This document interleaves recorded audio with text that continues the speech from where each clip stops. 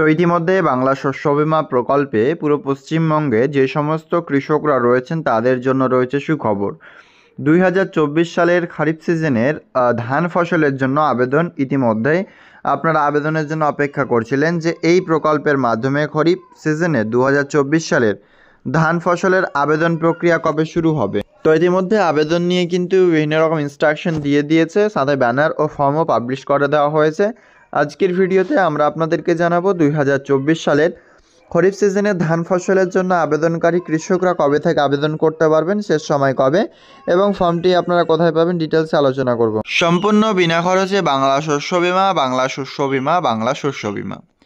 বাংলা শস্য বীমা খরিফ 2024 মরশুমের বাংলা শস্য বীমা প্রিমিয়ামের পুরো খরচ দিচ্ছে রাজ্য সরকার। রূপায়ণকারী সংস্থা আপনারা দেখুন Bajaj Allianz General Insurance Company Limited এবং পশ্চিমবঙ্গ সরকার ও Bajaj Allianz General Insurance Company Limited এর মিলিত উদ্যোগে খরিফ 2024 মরশুমে প্রযুক্তি নির্ভর বীমা প্রকল্প পশ্চিমবঙ্গে 22টি জেলায় রূপায়িত হয়েছে। ইতিমধ্যে আপনারা 22টি জেলাতে এই প্রকল্পে আবেদন করতে পারবেন। সাথে এখানে বলা হয়েছে বীমাযোগ্য কৃষক সমস্ত ধরনের কৃষক যারা বর্তমান মরশুমে বিজ্ঞাপিত অঞ্চলে বিজ্ঞাপিত ফসল চাষ করছেন বা করবেন, তারা সকলেই খরিফ 2024 মরশুম বাংলা শস্য বীমার আওতাভুক্ত হতে পারবেন। ফসল কি কি বলা হচ্ছে দেখুন। ধান ও ভুট্টা ফসলের জন্য আবেদন ইতিমধ্যে শুরু হচ্ছে। বিমা করার সময়সীমা, বিমা যে আপনার করবেন সেটা সময়সীমা হচ্ছে 15ই সেপ্টেম্বর থেকে 31শে আগস্ট, অর্থাৎ সেপ্টেম্বর মাসে 15 তারিখ থেকে শুরু হবে এই প্রকল্পে বিমা করার form fill up. Premium, Bangla শস্য বীমা প্রিমিয়ামের পুরো খরচ দেবে রাজ্য সরকার। ক্ষতিপূরণ বিভিন্ন পর্যায়, কিভাবে আপনি এই প্রকল্পে ক্ষতিপূরণগুলো পাবেন, অনেকে এগুলো বুঝতে পারছেন না।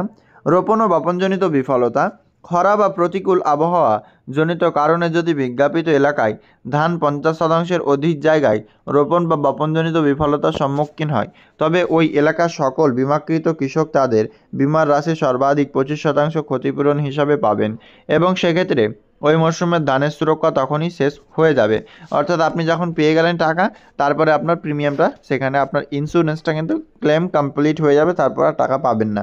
অন্তর্বর্তী ক্ষতিপূরণ, প্রাকৃতিক দুর্যোগের কারণে বিজ্ঞাপিত অঞ্চলে 50%-এর অধিক জায়গায় ধানের ক্ষতি হলে কৃষকেরা অন্তর্বর্তীকালীন বিমা রাশি সর্বাধিক 50% ক্ষতিপূরণ পাবেন এবং সেক্ষেত্রে ওই মরশুমের ধানের বিমা সুরক্ষা তখনই শেষ হয়ে যাবে। 3 নম্বর, স্থানীয় বিপর্যয়, নোটিফাই করা এলাকায় স্থানীয় বিপর্যয় যেমন শিলাবৃষ্টি, ভূমিধস এবং প্লাবন, জল জমায় ঘটনার ফলে সৃষ্ট ক্ষতির ক্ষতিপূরণ আপনাকে দিয়ে দেওয়া হবে।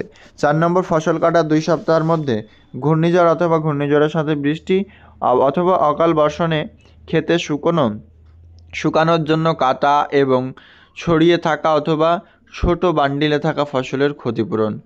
তারপরে পঞ্চমে বলা হয়েছে মরশুম শেষের ক্ষতিপূরণ, আধুনিক কৃত্রিম উপগ্রহ রিমোট সেন্সিং প্রযুক্তির মাধ্যমে মরশুম শেষে চটজলদি ক্ষতিপূরণের ধান ভুট্টা উভয় ক্ষেত্রে নির্ধারণ ও প্রদান করা হয়।